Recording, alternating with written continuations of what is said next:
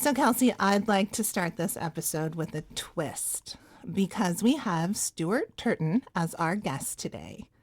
Stuart Turton is famously known for fusing locked room mysteries with literary fiction, sci-fi, fantasy, and horror.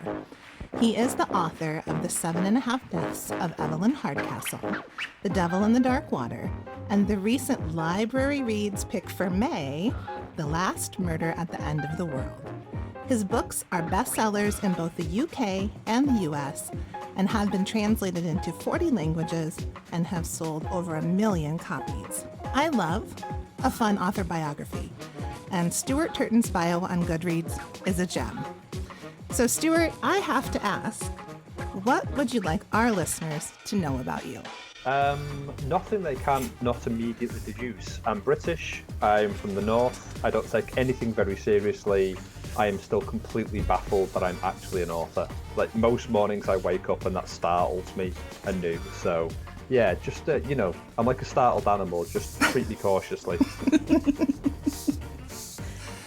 So, of course, we're delighted to have you as our guest today. Welcome to the first 50 pages, Stuart. Thanks so much for having me. So, your books are loved by mystery readers and mystery authors alike.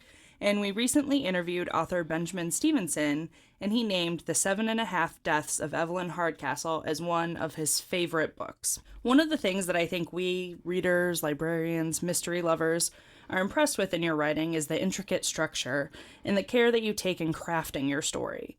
Your books are not a cozy kind of read. They are often referred to as high-concept mysteries, where you're able to fuse elements from multiple genres into the murder mystery. Your latest book is a perfect example of this kind of high-concept mystery. Can you tell our listeners a little bit about The Last Murder at the End of the World? Have you got 4 hours? And then I will really, I'll try and do the 4-hour speech in 2 minutes. It's set 90 years after the world has ended. So everybody's dead. Everyone you love, everyone I love, us, we're all dead. 122 people survived, and they're living on a small Greek island. The world was wiped out by a black fog that just erupted out of the ground and swallowed everything, but this island's got a barrier around it, and that's keeping everyone safe. But it is a dystopia, but this island is a utopia. There's no arguments, there's no violence. Everyone on the island, 122 people who survived, are selfless and kind and loving and lovely. And they've never, ever heard of murder. They've never heard of violence. And then one day, one of the number turns up dead. And it's up to the only sort of curious member of this village to work out who's doing the killing. And it's a really fun little island, but the strange things that do abound. So there is a voice in everyone's head that's talking to them. It can hear their thoughts. It tells them what to do. There are places on the island they're not allowed to go to. And there's a curfew. So at 6:30 every evening, they fall asleep, whatever they are and whatever they're doing. So yeah, it's a book filled with mysteries piled upon mysteries. I'm not giving anything away by saying that the narrator's name is Abby. We don't see Abby, but they're always there with the villagers, a benevolent, omniscient, and unexplained voice in their heads. And it's just such an interesting device for telling the story, driving the story of the inhabitants of this island. So my question is, how did you land on telling the story from this point of view? The funny thing about Abby is that every time I do an interview, people are like, "Oh, Abby, this is a really unusual narrator." And I'm like, yeah, but it's just the Victorian narrator, right? The Victorian omniscient narrator. This is what all books were doing up until about 1850 or something. They were all written like this. And then it completely fell out of fashion and people stopped doing it because they thought it was naff. And I've just brought it back. And the way I brought it back is because I read those books and I loved those books and I love that point of view. And I understand why readers fell out of love with it. But for this story, I like the idea of having an omniscient narrator. I like the idea of the voice in their heads that heard all their thoughts making this murder impossible. Like, this murder should not happen because this voice knows what they're all doing. It knows what they're all planning. And it should be able to warn the people who need to be warned before it ever happens. So for me, that was an incredible plotting challenge, right? To write a murder in which all the characters in it are selfless and kind and lovely and have no reason to commit a murder. And there's an omniscience which is taking care of them, which also should prevent the murder.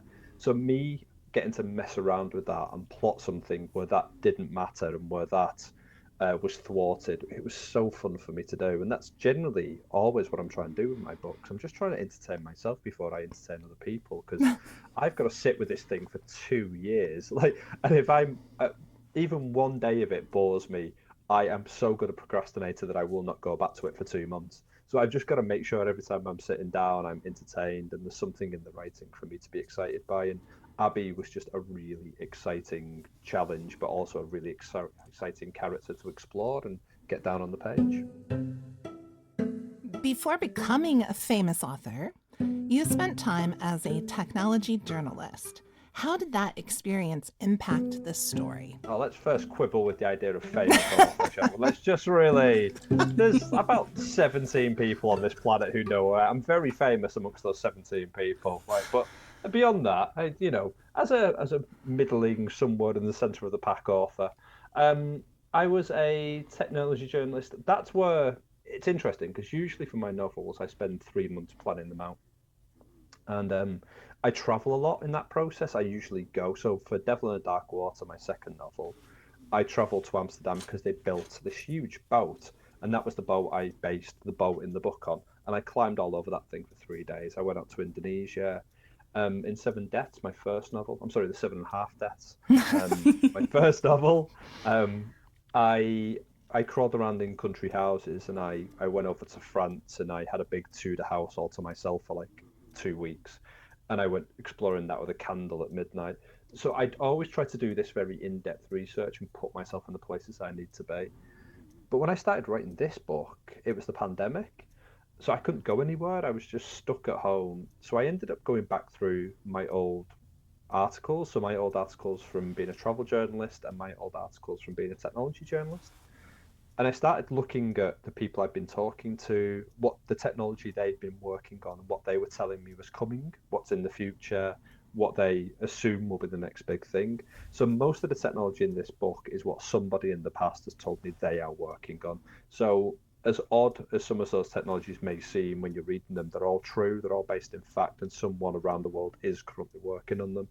And it's the same with the travel journalism. I needed the travel journalism to give me that reminder of what, I'm from England, I should point out, so like heat on the skin, what that feels like. We don't get a lot of that in England, so I needed to be refreshed about it by reading my own works and going swimming in beautiful clear salty water and all of these things that I got from being a travel journalist. They're all in the book because I went back and read my old articles and sort of refreshed myself on what those things were. It's a really odd research process. I don't recommend it. I think that would be like the perk of the job, right? To get to travel and have, salt Yes, water and exactly. sunshine and. Oh, exactly. That was like the best part of my job, was to do those things. And when the pandemic hit, I was like, oh, I get to sit at home now and do the same job off Google. Terrible. Terrible. I'm not a tech librarian, but I do find myself drawn to articles about emerging technology, especially artificial intelligence, and how it can and will impact our world. And it is all happening very, very quickly. At turns, I am excited and terrified by the future. Do you have any thoughts on how AI will affect our capacity to write stories, or even our capacity to trust the writing of stories? It's a really interesting thing. So one of the people I was talking to when I was, as I said, when I was a technology journalist, they were working on I don't even know what you'd call it, an algorithm basically that would be built into your Kindle e-reader or any sort of e-reader. And the idea would be that you would tell it how long your commute was. So if you get on a train in the morning or you get in your car in the morning, you would tell it takes me 15 to 20 minutes to get to work. And this thing would then write you a story that you could read in 20 minutes. Or, you could tell it you want to read it over the course of a week, and it would create chapters, or it would create increments of the story that could be read in 20 minutes. It was very clever, and I could see it being very attractive. But as I talk to more people, there is just this bias against artificial intelligence as a writer. There's a bias, a general bias against the idea that artificial intelligence will create something creative for them to enjoy. They immediately shut down. So I don't think it will ever take off, just because I don't think readers will ever accept it. I think even if the story felt like something a human had put together, the moment they knew that it was an artificial intelligence, they would turn their back on it. And there's something reassuring about that. I think that's my industry and that's my profession. Yeah. So this book is a locked room mystery, so for our listeners, this means there is something to figure out, but it has restrictions. The explanation can only exist within a very limited set of answers, and that's part of what makes this style of mystery so exciting. They're often harder to solve, and the creativity involved that makes them so fun. The Last Murder at the End of the World also nods to these stories from the golden age of science fiction. Literary classics like 1984, I, Robot. No spoilers, of course, but it would serve readers well to look up Isaac Asimov's 3 Rules of Robotics as they are reading. What inspired you to bring these sci-fi elements into a locked door mystery? It was sort of fortuitous. When I first started writing this, the first thing I needed, I always create locked something. So my first novel was a locked house mystery, my second one was a locked boat mystery, and this is my locked island mystery. It's really difficult to lock a lot of people on an island. How do you make sure they can't come and go? It's a basic plotting challenge. And I came up with this idea of the fog. But once you have the fog, you've got to explain where did the fog come from, what's it doing? And that automatically led to me to the wiped out world. It led me to the apocalypse. It led me to this utopian dystopia. And the more I sort of built into that, the more I realized I was beginning to write a sci-fi book. That's how it happened. It was almost accidental. I needed this thing to make my murder mystery work, and the thing that serviced that was a very sci-fi concept. So I started leaning into it. The problem with that, of course, is that the more you lean into it, the more your novel stops being a crime novel and becomes a sci-fi novel. And as much as I love sci-fi, I didn't want to write a sci-fi novel. I wanted to write a crime novel with sci-fi elements. So the trick was always, you just named all those amazing authors. It was to cherry pick from their work and to cherry pick the themes and to cherry pick the things that were recognizable to even the most general readers of science fiction, people who don't go in depth in it, that would give the flavor to my novel of that stuff without wholly diving headfirst into it. So hopefully we got there, but I am occasionally aware that I felt myself all through the writing thinking, oh no, I've just turned it into a sci-fi book again. I've got a robot crime book again. It's, it is safe waters.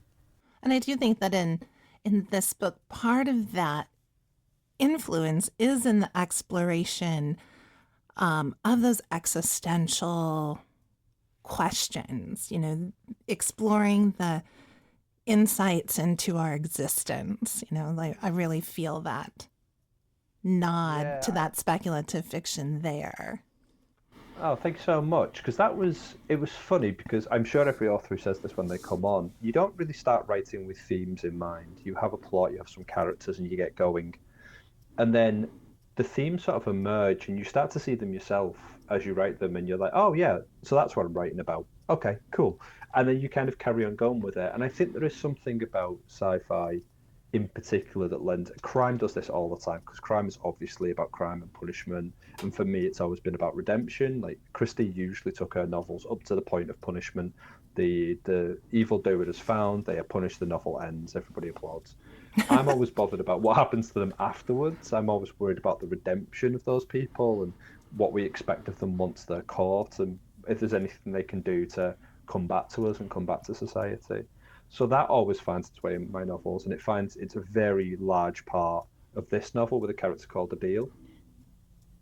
But the other side of it, the science fiction side, that automatically started steering me towards humanity and these issues facing us, and again, ecological crises and all the rest of it. But not to get too heavy, but like it was really, really fun just to have an excuse to sort of talk about that stuff and lean into it and make it the background texture of my novel, because you want that. I want to give readers things that they find if they dig. So the deeper they go into the novel, the more things they're going to find that hopefully interest them. Or you can just be happy with the murder mystery, and that will work equally well. As I was reading this book, the one theme that I was drawn to, is the idea of what makes us, humanity, right? Like, emotion, memory. And I think you do tackle it in such an interesting way. At one point, one of the characters in the book says that emotion is an evolutionary failure. And that kind of stopped me for a second, and it made me think about it. So, like, for the rest of the day, I was like, well, what do I think about that? Like, you know, and the idea for these villagers that murder is such an incomprehensible act within, this community of survivors. So, I don't know if it's probably a duh question, but is emotion at the heart of every murder mystery? I actually don't think it is. I think if you read Christie, emotion's almost secondary to what's going on. It's not, it may even be tertiary. Often what happens in an Agatha Christie is she reduces everything to cogs and wheels in the mystery. So all the characters, and especially as she goes along in her canon, the characters just become cogs. They lose their humanity. They become things to get Poirot or Marple onto the next clue, or they become exposition delivery devices. They're just there to deal out. And I think what happened with her was that she realized that her readers only wanted the final 10 pages. They only wanted the conclusion. So everything before that, they were rushing through to try and get to the conclusion. And she was writing 2 to 3 of these novels a year. And I think she's almost the first, almost like, professional author, in the sense that she just looked at her audience. What do they want? I'll just give them tons of that. So 3 novels a year, 2 novels a year. Here's the final 10 pages you care about. Here's some pages before they get to the final 10 pages. Job done. Over. And that bothers me. Like, I genuinely am bothered about the emotion of these people. I genuinely am bothered about why they do these things and what happens to them when they do them. And I'm genuinely bothered by the role of the investigator as well. Who are these people who are compelled to solve these crimes, and what do they give up to do it? What does it cost them, and what do they get out of it?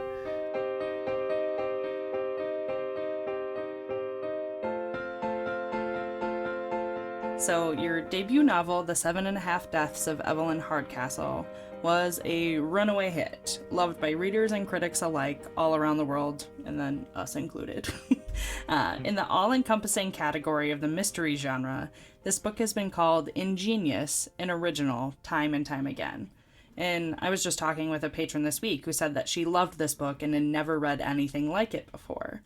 Your stories are complex, there are lots of characters to keep track of, and to quote Kirkus Reviews, keenly calibrated twists and turns. And as of this week, there were over 51,000 reviews on Goodreads for this book. After all that's been said about this book over the last 6 years, is there anything more to add? It's interesting, isn't it? Because you want to be grateful, but you don't want to be bound by it. And I think when it first came out, all anybody wanted from me was the 8 Deaths of Evelyn Hardcastle, the 9 Deaths of Evelyn Hardcastle. People just wanted me to keep telling this sort of story and over again. And that's why my second novel, The Devil in Dark Water, was such a profound reaction against that. It was an historical murder mystery set in 1632 with a lot of historical research.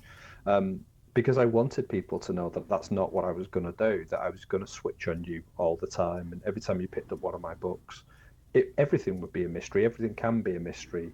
Where it's set, who these characters are, what kind of world we're in, what the time period is. That was the career I sort of maybe arrogantly foresaw for myself when I wrote 7 Deaths.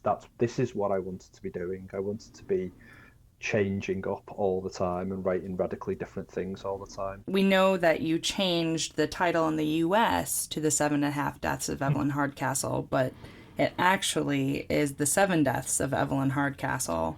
Can you share a little bit more about why you changed the title for the US publication? Yeah, because there's another book, which I'm sure everyone's aware of, called The 7 Husbands of Evelyn Hugo, which is totally and completely enormous. And when the 7 Deaths came out in the UK, it was about 6 or 7 months before it came out in the US. So 7 Husbands came out in the intervening time, and my US publisher got a little bit worried because obviously nobody knows who I am, nobody had ever heard of this book, and 7 Husbands was coming out, and they were worried that my book would get completely trampled underneath this name, or people would be confounded by it. So we had this. I think, honestly, it lasted for about 3 months, this back and forth where we were trying to come up with a new title for 7.5 Deaths. But this is the perfect title for the book. I don't think there was nothing else that got near to being as good a title for it. And eventually, the conversation got so silly and the titles got so ridiculous that the chief executive of Sourcebooks, my US publisher, had to step in and be like, "We're calling it the 7.5 Deaths. It's done. This conversation is over." And obviously, the title change did not work. It has never worked. This question haunts me. Nobody knows why we changed the title. Everyone's still completely confused by this and the Seven Husbands of Evelyn Hugo. There's a story I tell a lot, but which is very charming. I was at a festival once, and a little old man turned up, and he'd bought the 7 Deaths of Evelyn Hardcastle, the 7.5 Deaths of Evelyn Hardcastle, and the 7 Husbands of Evelyn Hugo, because he thought they were a trilogy. And he bought them. I know, and he bought them for his daughter. And I didn't have the heart to tell him, so I just signed them all from me, including 7 Husbands, and sent him on his way. So I'd love to know, if his daughter is listening, I'd love to know what she thought of that as she tried to go through the trilogy and realised 2 of the books were the same. Very postmodern trilogy. Yeah. Well, and as librarians, I personally have had that experience. Readers hear about a title or their friend tells them a book and they come to you with bits and pieces of the title. So usually I just say, "Are you looking for the mystery?" Like, okay, Yeah. I know which one you want, and then we find it. But if you've got another couple minutes, we'd love to know more about your favorite books. Can we talk about the books that have had the most impact on you, either just as a human or in your work as a writer? Yeah, it's funny. Both things are the same, right? Like being a human, being a writer. Because when you write, it is that humanity. It's all that stuff you've built up through reading, through loving this form that sort of comes out. It is. I always liken it to a toolbox, right? Like I've read a ton of books across a lot of different genres, and that's put different tools into my toolbox. So when I'm writing and I'm struggling and I need an emotion or I need a bit of exposition or I need to ramp up the tension, I go and look in the toolbox. I go and look at the books that did that brilliantly. And now I have this sort of index card in my head of all these different things. So, if I want to heighten up the tension, I'll go and look at my favourite thrillers. If I want to do a locked room, I'll go and look at my favourite locked rooms. When I want a bit of romance, I can go and look at my favourite romances. You need that, and you need it almost over the course of your life. It's not something you can't decide to be an author and then decide you want to read a load of books to learn how to do it. You need to have been reading your entire life, and you need to have sort of taken on that information and those structures almost by osmosis, and then they are stored somewhere deep inside of you. It's really interesting. But for me, when I am really stuck, when I'm really, really stuck, it's The God of Small Things by Arunati Roy is one of the books I always go back to. And I read that probably once a year. But when I'm stuck, I will read a page or 2 pages or 3 pages of that novel, and it will always give me a little jolt because the writing is so beautiful and the structure is so unusual and the story is so compelling that it will just do something. It'll kind of like jumpstart my brain every single time. It's perfect. Otherwise, The Book Thief is a book that stays with me by Marcus Zusak. I've read that a couple of times, and that is a really, really special book. They're the two, I think. They're the two I always revisit. Very cool. Yeah, I remember reading The God of Small Things. Now I'm kind of like, I need to go back to read that again. What I found with that novel is that it plays differently depending on your stage in life. So for me, I read that when I was 22, and traveling, and it hit completely different. I was really involved with there's 2 children in that, so it's a story about a family. And I was really taken by the kids in the story because they're around my age, and it gets to them being a bit older, but it's about the mistakes that they've made and how they reconnect. And now I'm a bit older, I'm connecting more with the mother figure and the sort of, the older figures in the story. And there's a grandparent in there, and I'm terrified. I'm like, the moment I read that book and I connect with the grandparent, that's when I'll know I'm old. That's going to be my marker. So, yeah, that book is astonishing. It's incredibly beautiful, and it's got something to say at every stage that you will read it. So, yeah, that's my favourite book of all time. I would agree.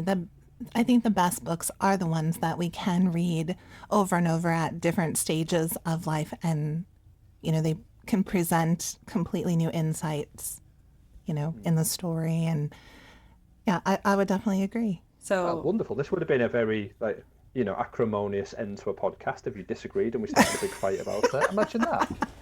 Imagine. So we have to know, since you are a very avid reader, what is currently on your to-be-read list? To be read. I'm just finishing off All the Colours of Dark, which is the new Chris Whitaker novel, which is astonishing. I highly recommend that to absolutely everybody. And next on my list is, what am I reading after this? Oh, the new Chris Brookmeyer, The Cracked Mirror. So I'll be moving on to that shortly after this. But they're two proofs. So once you get published, all people ever do is send you proofs of new novels. I guess you guys are the same. And they send you a proof and they're like, hey, do you want to say something nice about this? And now there's about 400 of them. I'm basically just going to put a mattress on top of them using as my bed. Kind of work them into your home decor. Yeah, exactly. So what I need to do is, once I've got through those, which are brilliant novels, but what I want to do is just wander into my local library and just have a very slow peruse around the shelves and just find something that I've not heard of before that just leaps out at me. They're always my favourite discoveries. Well, that's a perfect That answer. now. That's and a I perfect work answer. at the library. I'll just go to a different one. Well, yes, everyone's different and has its own personality. You kind of alluded to this earlier, and I love that you kind of told us the insight behind the cover art of your book and kind of where that came from. But the Last Murder at the End of the World is really an attractive book. It is the kind of book you want to own in a print version. At least I do. It's the kind of book that you want to have on your bookshelf for other curious readers to pick up and ask you about. It's often these little details that create delight in readers. And we're fortunate enough to have, this early copy of this book. And I've had several people comment to me about how cool they think the teal edging of the pages is and the embossed title and the colors. And I just wanted to mention that because it is such an eye-catching book. And I love that you shared, kind of where that came from.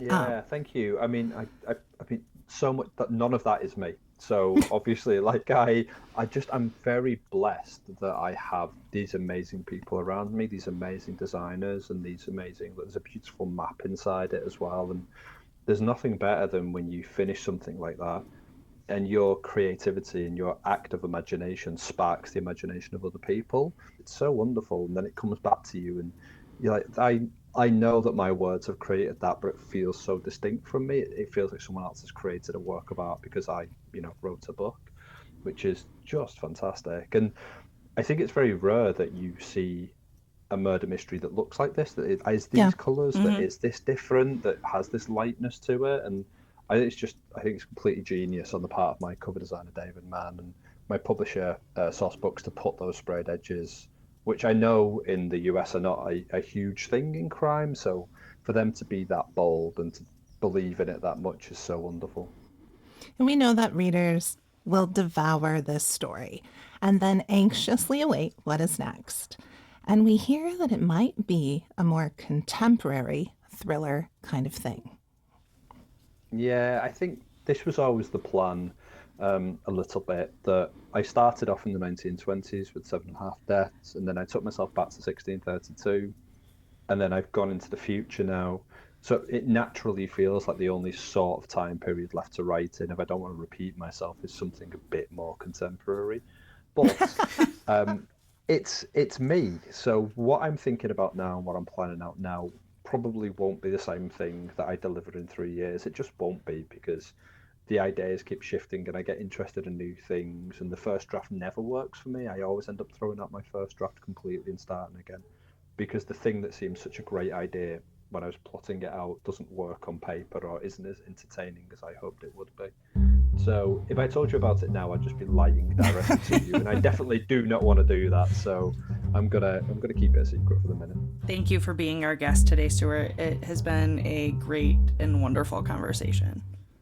No, I've had a blast. Thank you so much for having me on.